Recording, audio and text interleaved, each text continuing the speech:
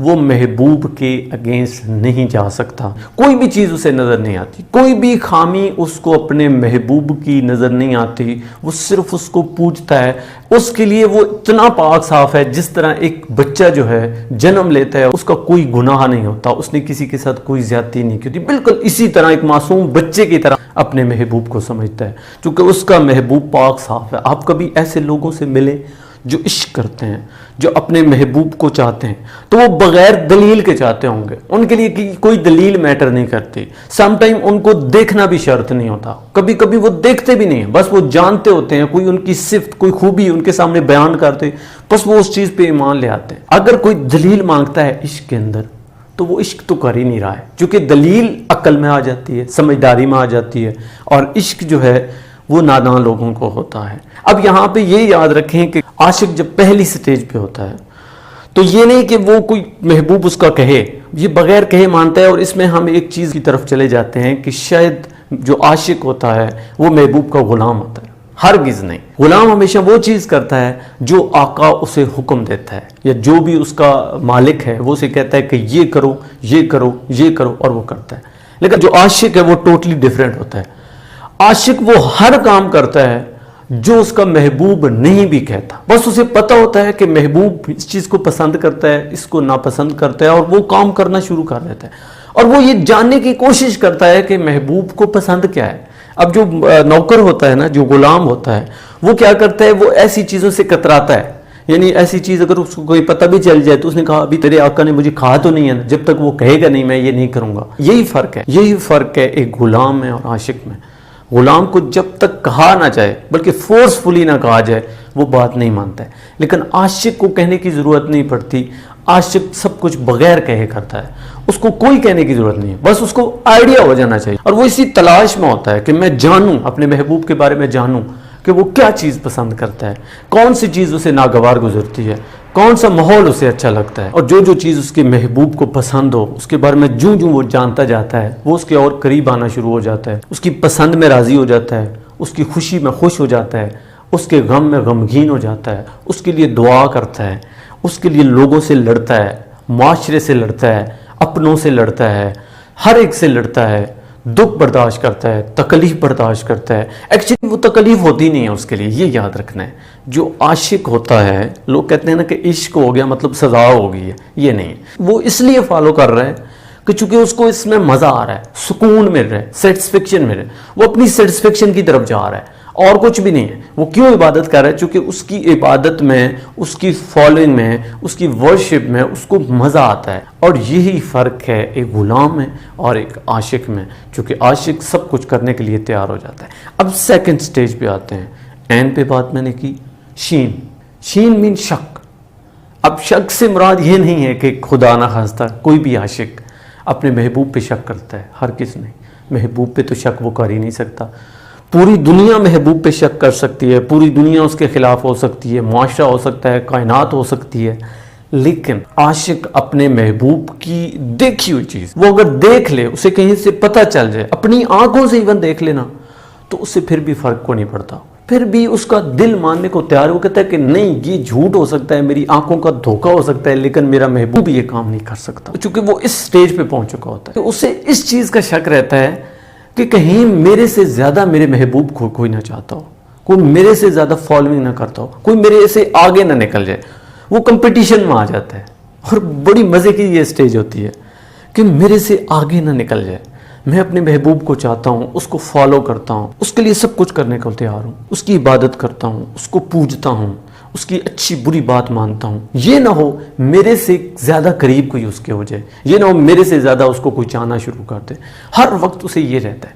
اب یہ بھی نہیں ہے, سم ٹائم ہوتا ہے نا کہ شک اگر دماغ میں آ جائے تو بے سکونی آ جاتی, لیکن یہ ایسا شک ہے جو عاشق کو بے سکونی نہیں دیتا, بلکہ اور سکون آتا ہے, اور وہ اس سکون کی تلاش میں اور قریب آتا ہے. یعنی بے چینی ہوتی ہے, بے سکونی نہیں اس کو کہہ سکتے, بے چینی کہہ سکتے. وہ بے چین رہتا ہے, وہ اس اضطراب میں رہتا ہے کہ کوئی میرے سے آگے نہ نکل جائے. جس طرح جب حضور اکرم صلی اللہ علیہ وسلم نے کہا صحابہ کرام سے کہ جہاد کے لیے کون کون کتنے پیسے دے گا, تو سب نے اپنے اپنے دیے.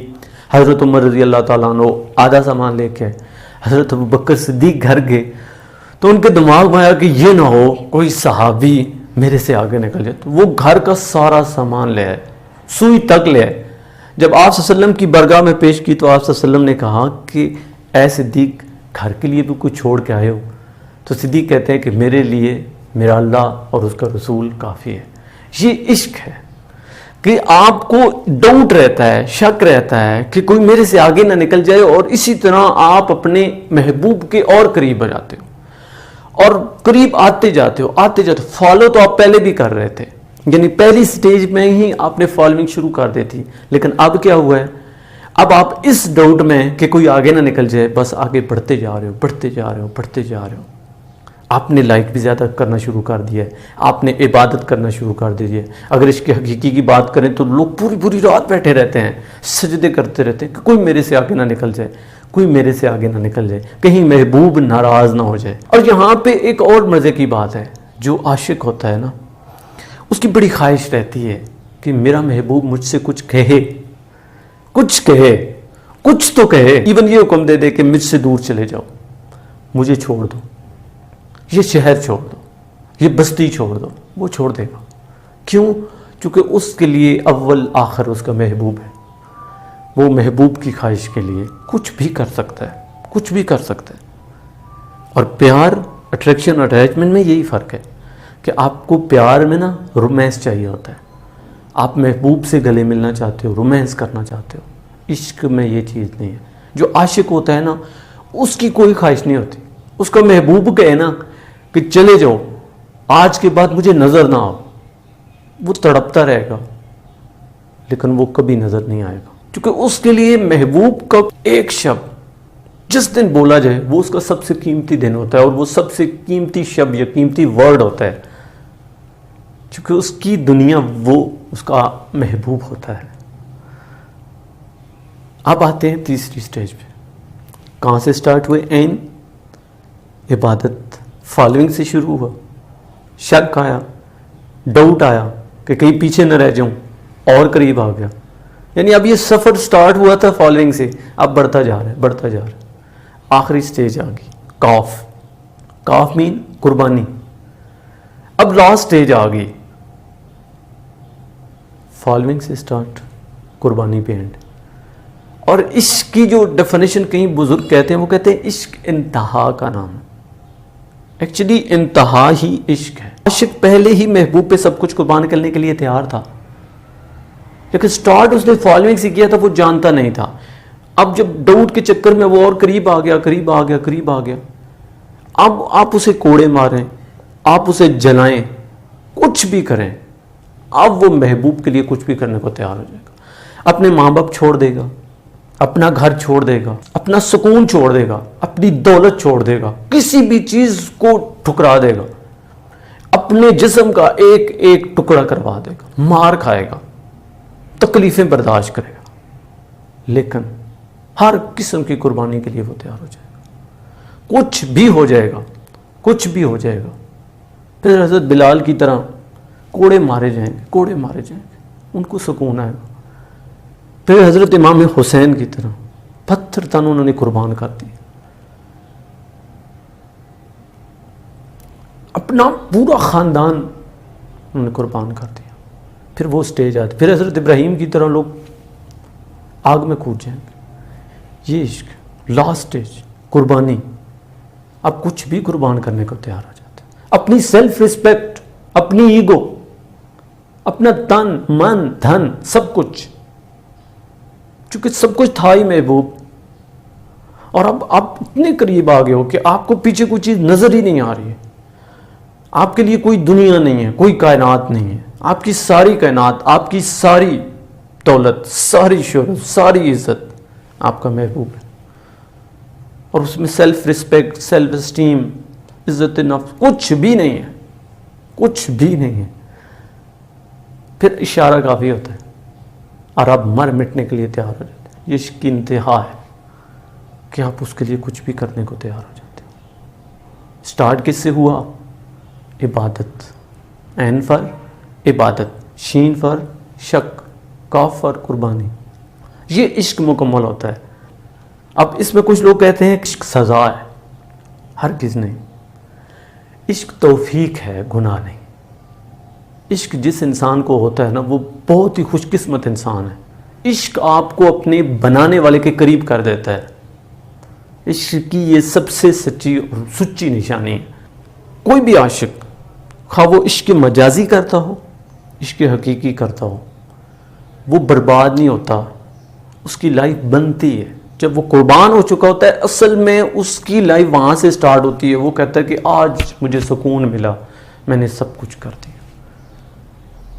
اب عشق مجازی کیا ہے اور عشق حقیقی کیا ہے؟ عشق مجازی سمپل ہے نا کہ آپ کو اللہ کی مخلوق سے عشق ہو جائے اور آپ فالوئنگ سے اینڈ تک چلے جاؤ, اور جب اینڈ ہوگا تو آپ اللہ کے اتنے قریب ہو جاؤ گے کہ آپ کی سوچ ہے. اور عشق حقیقی ڈائریکٹ آپ کا عشق اللہ سے. اور نارملی یہ نہیں ہوتا, نارملی عشق مجازی سے آپ حقیقی کی طرف آتے ہو. اب یہ جو سٹارٹ میں نے کوشچن رکھا تھا کہ عشق ہوتا کیوں ہے, بزرگ کہتے ہیں کہ اللہ تعالیٰ نے ہر انسان میں ایک خوبی رکھی ہے, ایک صفت رکھی ہے, اپنی صفت. جو اللہ کی صفات ہیں اس میں سے ہر ایک انسان میں کوئی نہ کوئی صفت موجود ہے. فرض کر لیں آپ میں کوئی ایک صفت ہے جو اللہ تعالیٰ نے آپ میں رکھ دی ہے, اور وہی صفت اس دنیا میں کسی اور بندے کے پاس ہے یا بندی کے پاس ہے, تو ہوگا کیا؟ آپ آٹومیٹیکلی اس کی طرف اٹریکٹ ہوتے جائیں گے, ہوتے جائیں گے, ہوتے جائیں گے. اور اگر کبھی زندگی میں آپ کا آمنا سامنا ہو گیا ہے, آپ نے اس کو دیکھ لیا ہے, تو بس آپ اپنا سب کچھ کھو بیٹھیں گے, اپنا سب کچھ اس پہ لٹا بیٹھیں گے. آپ کو پتہ نہیں چلے گا, بس آپ کو وہ ہو جائے گا. عشق کیا نہیں جاتا, عشق ہو جاتا ہے. آپ کی روح کو ایک چیز کی تلاش تھی, ایک چیز کی کمی تھی, اپنے جیسے کی تلاش تھی, اور وہ خوبی وہ صرف جب کسی اور میں دیکھی گئی تو فوراً آپ اٹریکٹ ہوئے, آپ نے اس کو فالو کرنا شروع کر دیا. فالو کرتے کرتے قریب ہوتے گئے, ہوتے گئے, ہوتے گئے, اور آپ قربانی تک پہنچ گئے. اور جب قربانی کا وقت آئے گا آپ اللہ کے اتنے قریب ہو چکے ہوں گے, چونکہ انڈائریکٹلی وہ صرف اللہ کی ہی تھی نا, تو ہاؤ از اٹ پاسبل کہ آپ اللہ سے دور ہو جاؤ؟ اگر آپ اللہ سے دور ہو رہے ہو نا, وہ آپ کی ضد ہو سکتی ہے, آپ کا پیار ہو سکتا ہے, آپ کی اٹریکشن ہو سکتی ہے, اٹیچمنٹ ہو سکتی ہے. عشق نہیں ہو سکتا ہے. عشق کی سب سے بڑی پہچان یہ ہے کہ عشق آپ کو اللہ کے قریب کرتا ہے, آپ کو بنانے والے کے قریب کرتا ہے. آپ کو سکون ملے گا, آپ کو سیٹسفیکشن ملے گی. یہی عشق ہے. تو میں نے کیا کہا کہ عشق عین سے شروع ہوتا ہے, کاف پہ ختم ہوتا ہے, فالوئنگ سے سٹارٹ ہوتا ہے, قربانی پہ اینڈ ہوتا ہے.